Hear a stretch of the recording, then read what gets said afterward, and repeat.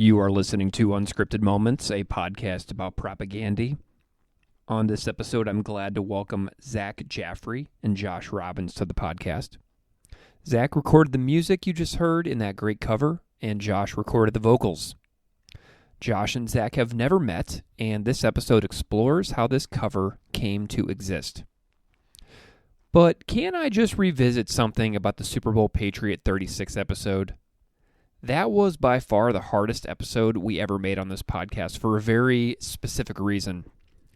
Keith and I recorded that episode in 2021, and we were having an issue with Zoom, so we recorded the entire thing on Zencastr, which is the only time we ever use Zencastr. When we hung up the call, my audio was corrupted, but Keith's audio worked perfectly.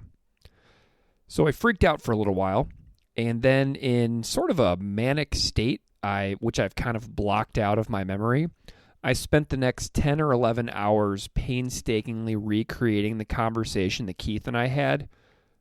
I basically had a conversation, line by line, with a recording of Keith's voice, but not with him live. I didn't feel like re-recording, basically. So if you want to hear the weirdest episode we ever made, go back and listen to episode 62, where I had a conversation with a recording of Keith while he hung out at his apartment hundreds of miles away, none the wiser. So, thank you to Josh, and thanks to Zach for this cover and for the cool conversations. And also just want to throw back to episode 62 and thank Jeff Owens from the band Goya and the band Secret Iris for the cover and the conversation on episode 62. And because I love Jeff's cover so much, I'm going to play it again before we get into these conversations with Zach and Josh. So please enjoy the cover from Jeff Owens and then my conversations with Zach Jaffery and Josh Robbins.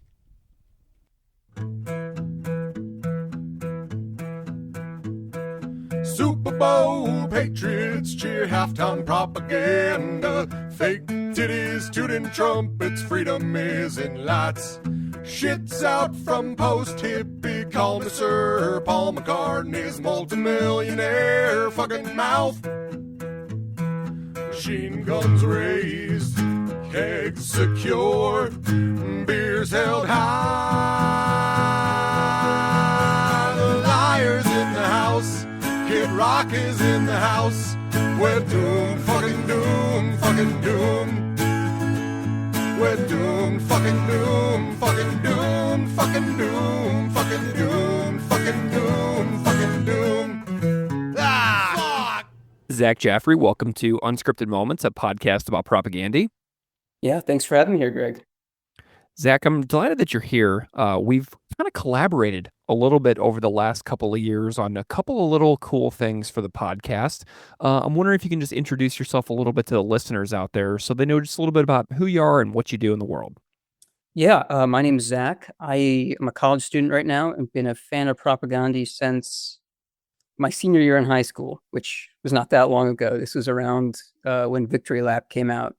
I remember coming across resisting tyrannical government and just falling in love, and then I slowly started branching out into the rest of Less Talk. And then, now I'm just a huge fan of, every song. So Awesome. Zach, are you in your early 20s now? I am, correct. Okay, cool. It's awesome because I'm 41. And so to be talking to somebody 20 years younger than me who feels strongly about this band as well is awesome for me, because sometimes I get siloed into thinking that it's like, just this old guy's band who got popular in the 90s and people cling to it. But to see someone a lot younger than me is into the band as me is really fantastic and makes me feel like kind of like less of an old geezer. So thank you for making me feel a little more relevant today. Yeah, I think there's something about especially with the earlier tracks, I don't want to say like teenage angst, that might be a bit too disrespectful, but that like the passion for the things that they talk about, that's like hits so hard when you're especially young, right? Mm-hmm. So was Let's Talk More Rock your intro to the band, or was it Victory Lap? How'd you find them? Yeah, it was specifically resisting tyrannical government. I think it was on Spotify makes these like curated playlists, and it Mm-hmm. was, I don't know, I had been listening to a lot of NoFX, and it was like, hey, you might like these Propagandhi guys. I was like, I do. Yeah. And Awesome. then probably Victory Lap next, and then everything else after that. You know what's so funny about the fact that you found Less Talk first and then Victory Lap is that I see those records as very linked in my mind stylistically because like after Less Talk, they obviously got so much heavier and they did, Empires and Potemkin and Supporting Cast, Failed States, all very heavy, dark records with a lot of speed and a lot of power behind them. But then I see Victory Lap almost as like a perfect amalgamation of the melody and the catchiness of Less Talk combined with like the riffiness and some of the heaviness of those later era records. Like think about Cop Just Out of Frame, how catchy that song is, but how it has that noodly mathy riffy part right in the middle of the song. So I think that's really cool that you found those two records as kind of your entryway because then I think that makes the heavier stuff in the middle years a little more accessible. Does that make sense? Totally. Yeah, that's a great connection I hadn't really thought about. Yeah, you're totally right. It makes it a bit more approachable. Mm-hmm. Yeah, there's something, I guess, a little along with darker, a little more, I don't want to say complicated, but a little more intense. Yeah. Yeah. Yes. You've been doing some music for the podcast for almost 2 years now, off and on. Tell me a little bit about your musical journey as a musician yourself.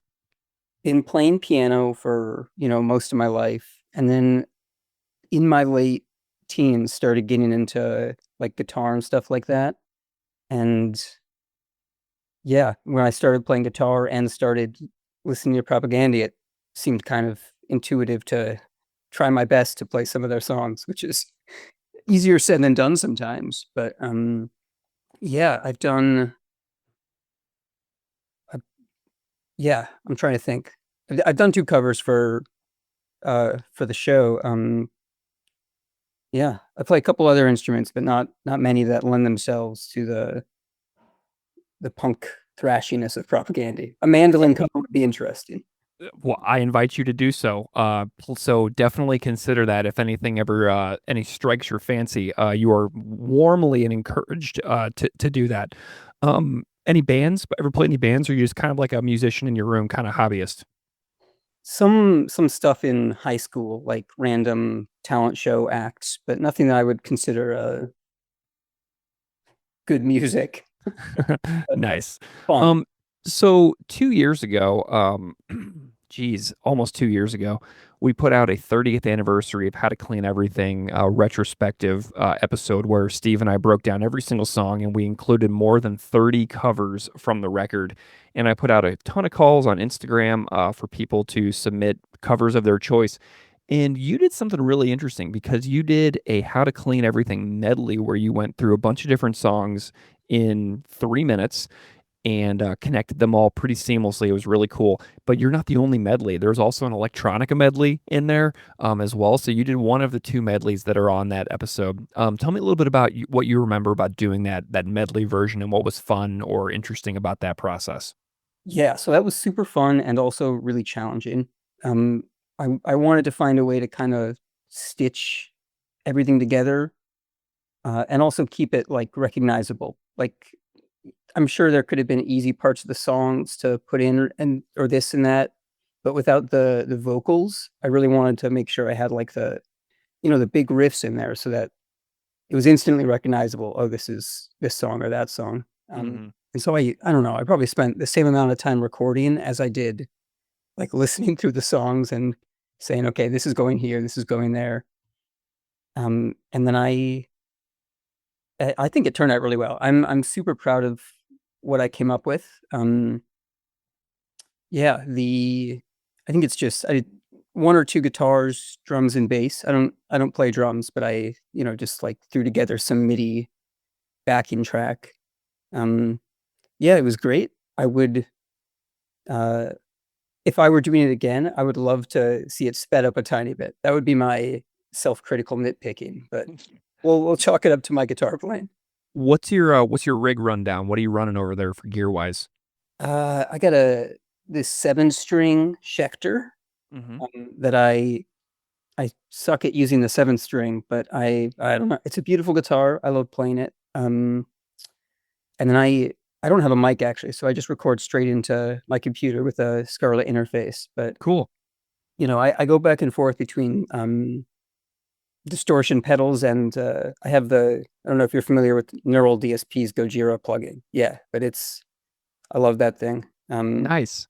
Yeah, I run a Scarlett as well, just into my own computer here, so very familiar with that setup. I don't you just love how accessible making good sounding music is for people these days? I just like it blows my mind considering that I was playing in bands in like 1997, 1998, and how we would stand there in front of my dad's 1970s stereo with a microphone plugged into the headphone jack and hold a microphone up in the air. Like my friend would record us holding a microphone in the air while my band played. It was just the dumbest thing ever.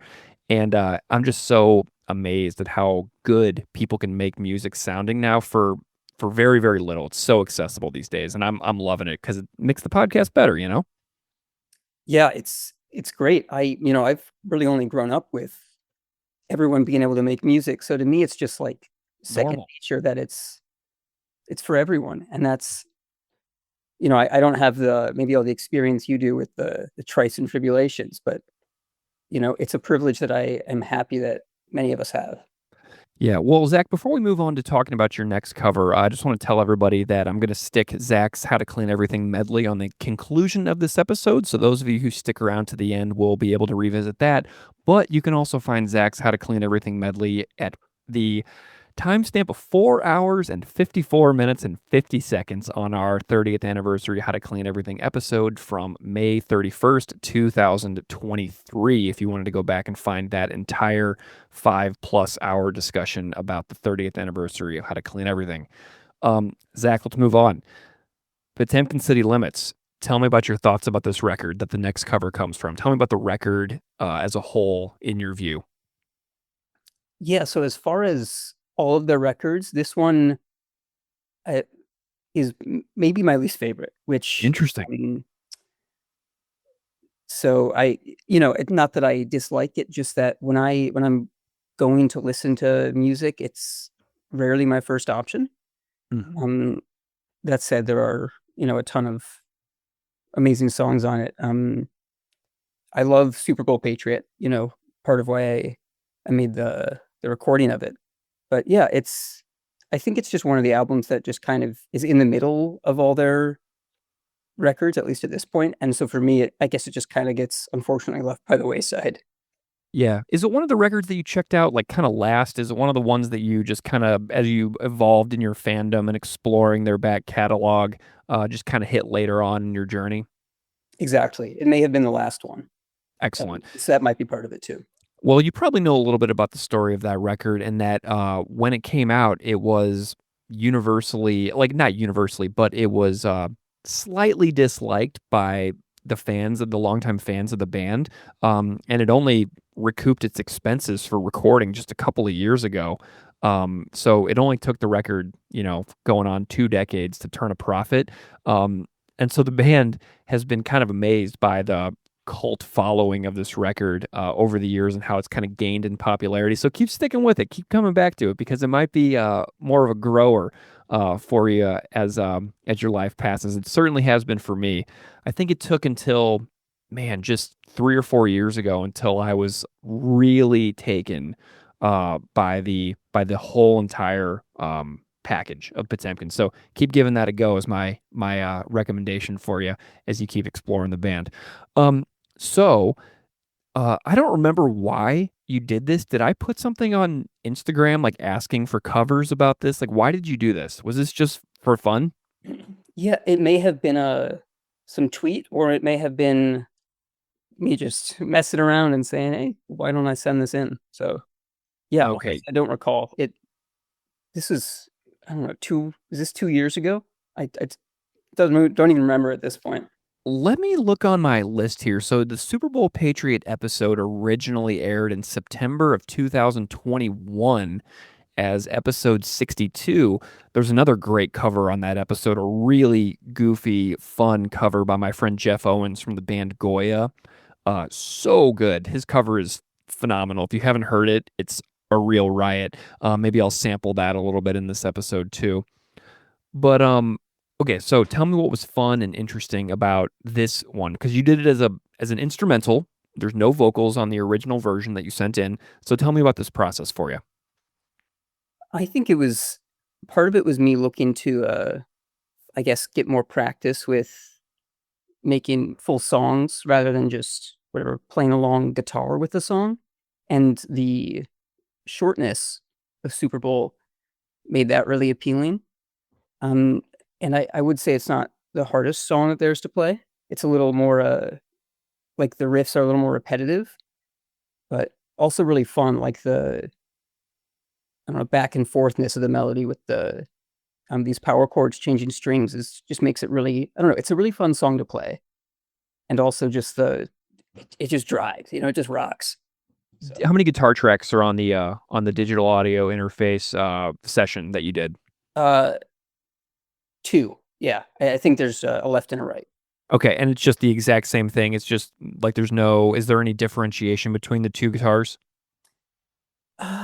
Yeah, there are a couple parts where they split, but for the main riff, it's just doubled. Okay, sweet. What about the bass? Any interesting commentary that catches you about the bass riff in there at all? I honestly don't remember what I did for the bass. There's like a good chance I just took like the root of the chords, played them on a guitar, and brought them down an octave. Like it was, very, very just MacGyvered, but nice. Okay, I love it. Yeah. Okay, so you sent me the track, and I was like just impressed by the instrumental. I thought it was really cool. I didn't really have a way to use it for quite some time, so I sat on it, and then I just had this idea that my friend Josh Robbins, who did a vocal cover for This Is Your Life, Propagandhi put an instrumental for This Is Your Life from supporting cast on their demos release that they did on Bandcamp. And I was like, man, how cool would it be to have somebody do vocal covers over this? And Josh did this ripping vocal cover for This Is Your Life. And it was like, ping, I had an idea, sent him your version, and he tweaked around with it, played around with it, screamed his head off in his house for a while, and sent in a vocal performance version, which I then sent to you. Tell me your thoughts on Josh's performance. Yeah, that was just incredible. I mean, you sent me the email, and I was like, holy, Josh killed it. I sent the recording to my dad. I was like, look at this. Isn't this amazing? Yeah, I could not have been happier that someone took my guitar and made the song sound like that. I think I sent you the original track saying, hey, if you or a friend wants to throw some vocals down, please do. And, yeah. I didn't know if anything would come of it, and the wait was well worth it. I'll say that. I tell you what, you put stuff in the world, you never know what's going to happen with it. A lot of times it goes nowhere, and sometimes it did. And Josh actually struggled with it. I'm not going to tell you what he said because I want you to be able to hear it fresh when he tells the story of recording it on the interview. But he actually found it to be challenging. He had to do a little tweaking on the file. Just in this tiny little spot, but he'll tell the story better than me. But it was a blast, and I was so glad that we were able to get this cover done and completed and submitted. Make this fun episode about it. Get to hang out with you, get to meet for the first time. I got to hang out with Josh for the first time. And Josh has been doing stuff on the podcast for a long time too, so to be able to bring it all together. Where are you? Are you in the Midwest? I am, yeah, in Chicago right now. So you're in Chicago, I'm in Buffalo, Josh is in Oregon, so we got all sides of the country here represented to make this episode, and it's just like fun. I just love doing these little goofy things to bring people together on totally random stuff. Josh rocked it, you rocked it, super glad that you've done a couple of things now for the podcast. So Zach, I mean, is there any other details that stand out to you about your fandom of Propagandhi or Superbowl Patriot or anything else that you haven't gotten to say that you'd like to? Can't wait for the new record. That's all I'm going to say. Yeah.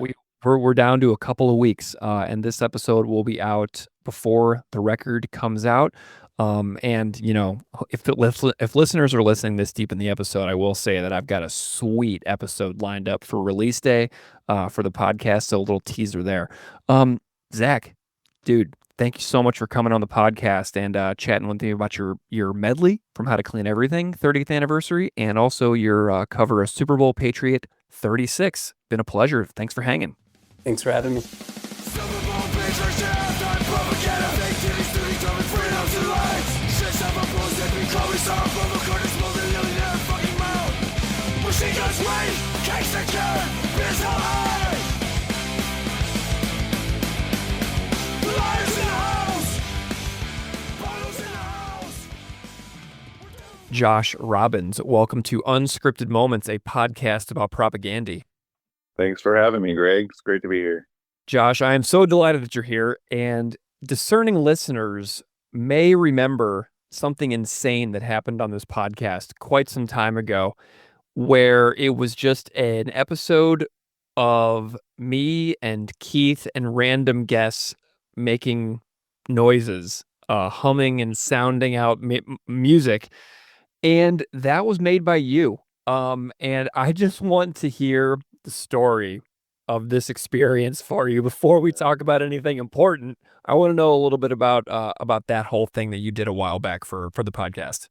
Yeah, that was. I gotta say that was completely bonkers of me to do. Now that I think about it, but and I don't know if I should apologize to the listeners, but Dude, it was amazing, amazing.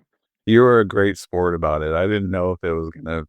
I don't know. I kind of thought maybe like you could have possibly taken it like I was making fun of you guys, you know, but you guys are like, you're so excited about it, and so and like luckily you like got the funniness behind it, and like so. But yeah, no, I started listening to you going back because I don't know how I really came across your show, but I know I started like around episode 3, like really early.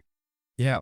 And I just listened at work all the time, and it's like quickly became my favorite podcast because it's like I have nobody to dork out or nerd out about Propagandhi with, like in my friend circle so much. So anyway, so I was just I think I got like 25 episodes in, and I started, I kept noticing mostly you making drum sounds and guitar squeals and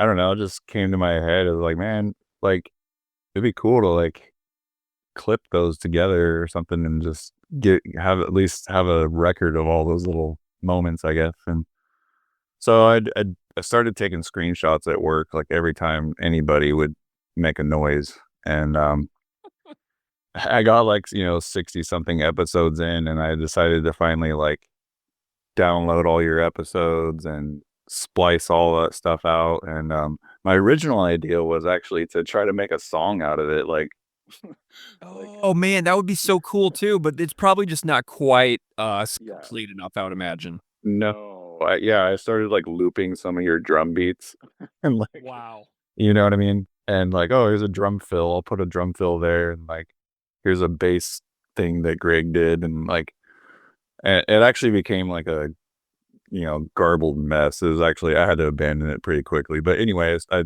had to finally get all that stuff together anyway, like all those clips, and I didn't edit it whatsoever. I just was slamming them together randomly, and then it ended up being like 17 minutes worth, and I was like, this is like too much. So I just sent it your way, like just how it was. And yeah, if anybody wants to go back and listen to it, I dare you. I mean, it was truly one of my favorite things ever. And I just want to look up the date that I actually released it. Okay, so it came out on November 16th, 2023. And Josh, my favorite thing about it is that someday when I am dead, my daughter will be able to hit play on that episode and be like, wow, my dad was certifiably insane. So the entire thing is like for me, like the only reason I tell all these stories online, a lot of it is I love hanging out with my friends and having a good time and stuff like that and doing fun, creative things. But I think so often about how much of this stuff is like storytelling of me, going through my life and talking to my friends and stuff, and how it maybe could be some kind of useful tool for her someday. So the fact that she Yeah. gets to listen to me like being like and stuff like that nonstop is so fun. My favorite part is the when I sing that part from Dyer's Eve by Metallica, where I go, "Dear mother, dear father," like that part. When I heard that, I think I was drinking something, and I just went "Bleh," like straight through my nostrils.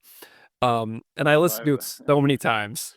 My favorite part is when Keith is like saying something about like, I want you to I want. want you to want me. Yes. Yeah. When he's monotone, Yeah. I want you to want me. I need you to need me. And then the next clip was like, I didn't intentionally do it. It was like, it was separate from it, but it just happened to be the next one. And you go, oh, Megan. Oh my God. Yeah. The best. So that project absolutely blew my mind, dude. So I just want to listen. Another one Thank you. coming, but That would be amazing. Part 2. Did I just say that out loud? Part 2. And I our don't know if it'll be as good, but it's a great artifact. So anyway, Josh, tell the listeners how you got into Propagandhi a little bit, because you to go along on this journey with this insane podcast, you got to be kind of a committed fan of the band at this point.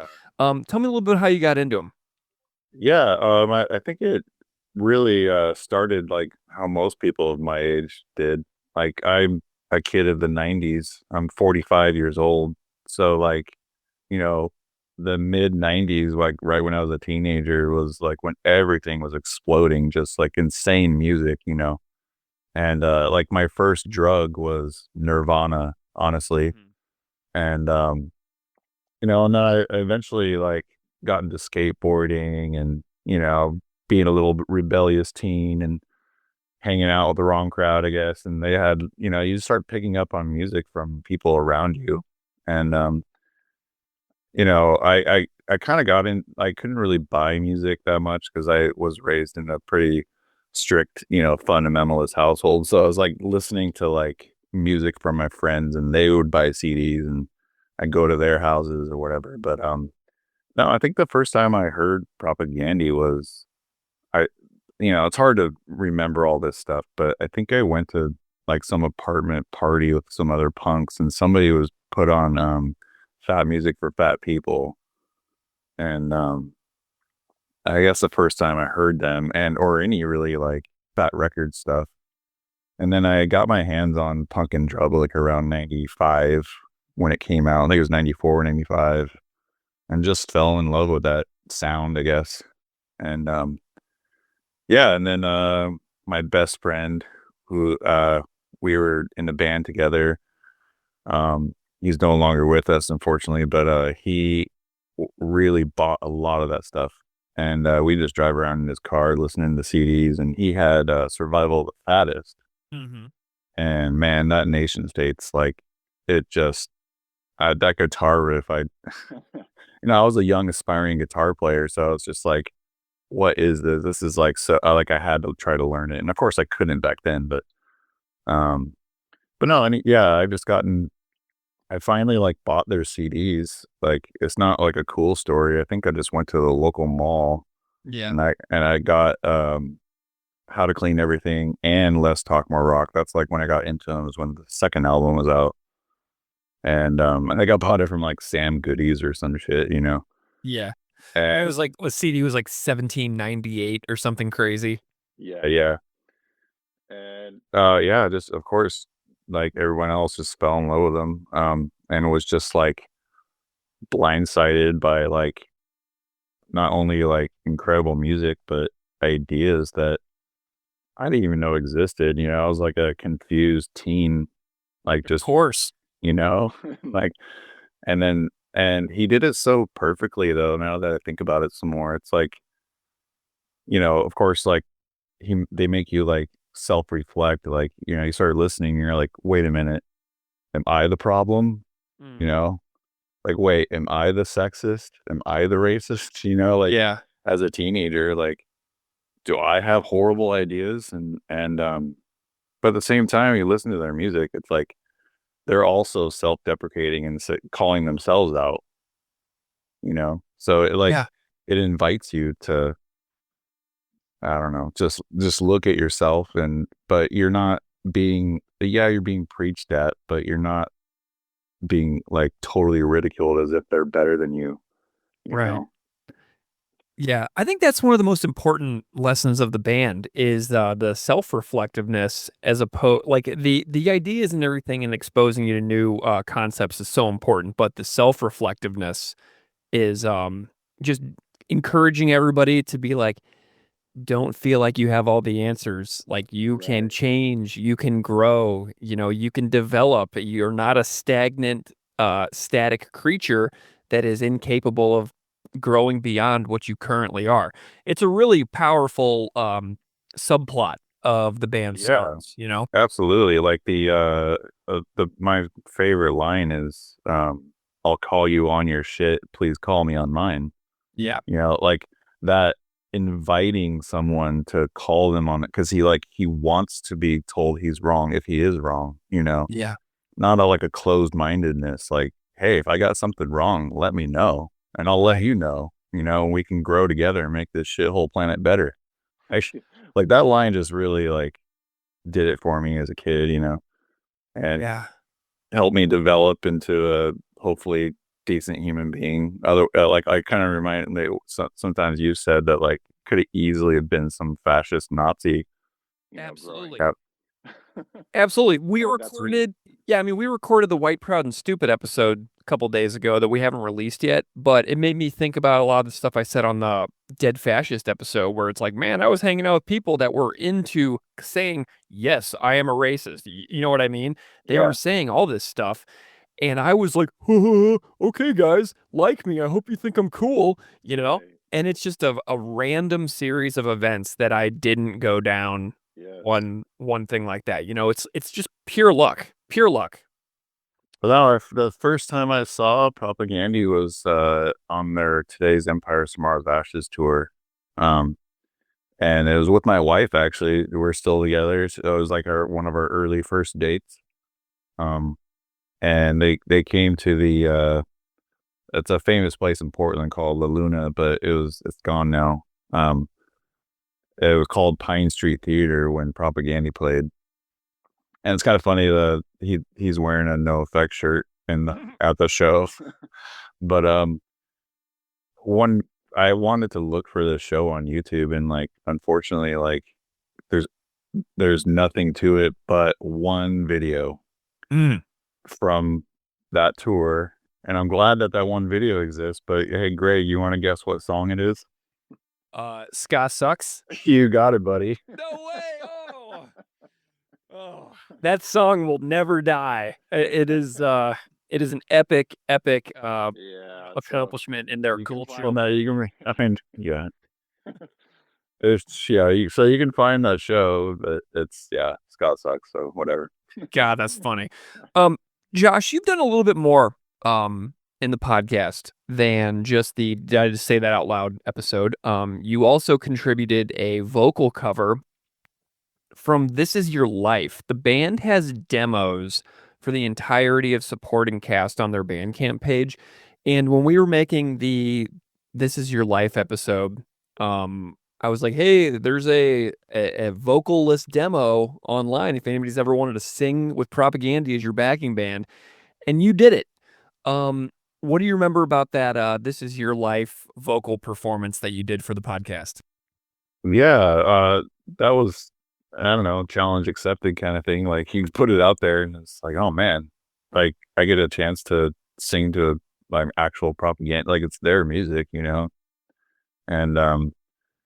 so I gave it a try, and yeah, I mean, I normally enjoy like melodic style singing, Propagandhi stuff. I don't really sing along to Todd stuff like in my car mostly because it's just hard to do. Yeah. And and yeah, you posted this demo version, and The only thing that sucked about it is that the audio quality was pretty awful for that. Yeah. And but no, it was really fun to do. I had to get my family to leave, and I didn't have long until my voice gave out. But because you only have like 15 minutes before like takes before it starts to like squeak and sound like you're going through puberty, and then another maybe 15 minutes until it completely goes out. And so, but no, that was a fun one to do. But yeah, you'll notice that Todd doing softer songs now, because I think he's had a lot of struggles. It's tough, man, to do those screaming songs. But yeah, I've done 2 now. So Absolutely. Well, let's talk about the new one. Okay, so Super Bowl Patriot, the Super Bowl Patriot episode had a cover on it, which was a instrumental. And so it was really cool. Zach, who made the cover, did a really good job on the music. And I was just curious if to like kind of get it done, I was like, man, I got this cool instrumental cover of Super Bowl Patriot just kind of kicking around here. And I told Zach, I was like, I'll try to find somebody to sing over it. And it just kind of didn't happen. And then I was looking back at some of the past stuff that has been on the show, and I was like, oh man, Josh really kicked some ass on that This Is Your Life cover. So I put it over to you, and I was like, Josh, another challenge.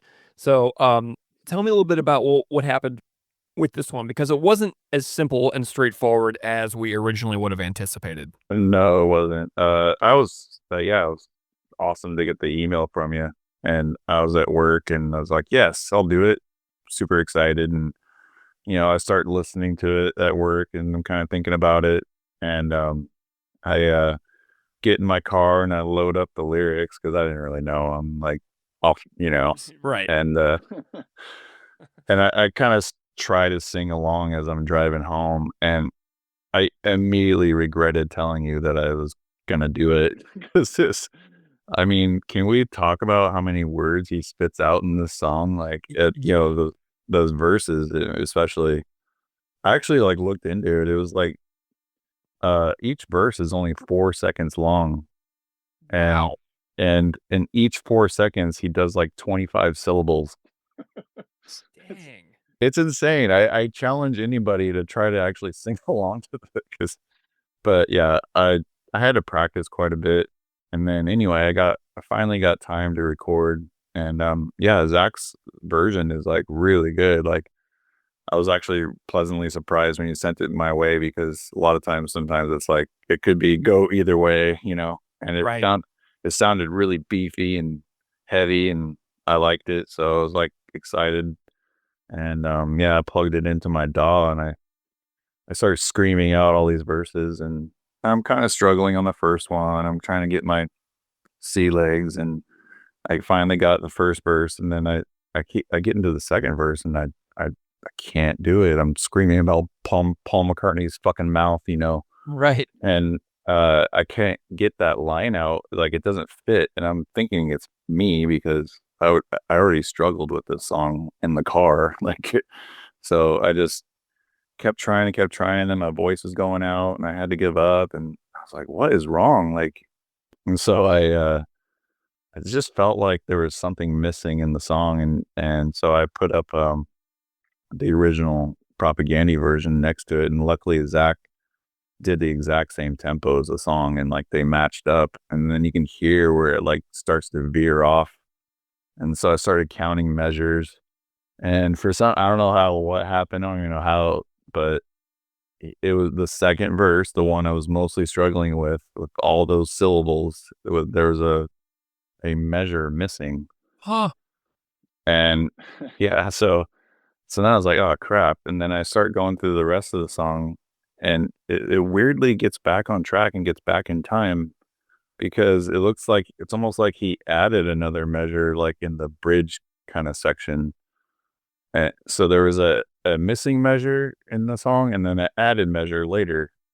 So I had to I think it worked out really well, but I had to completely delete the second verse, and I copy pasted the first verse, and you can't really tell that one at all, but in the kind of bridge section, when I had to like cut out a measure, you can kind of, if I told you about it and where it was, you'd kind of hear it, but Right. no, it kind of fixed. It's such a fast song, you don't really notice anything anyway, and I felt like I fixed it pretty well. So then I was really late getting it to you because I was really busy, and Not late at all.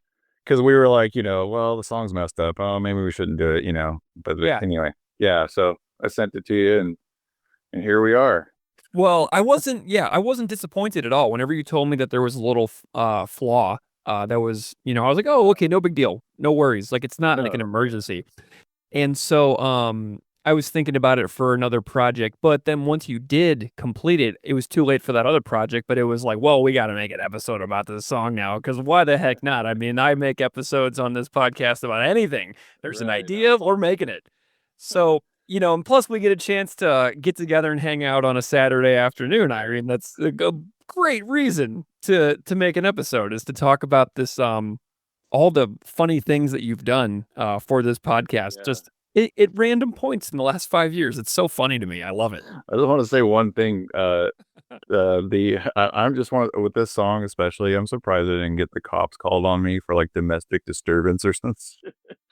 Because I'm like in my room screaming like, we're fucking doomed, and then like, I had to keep doing takes of what is it?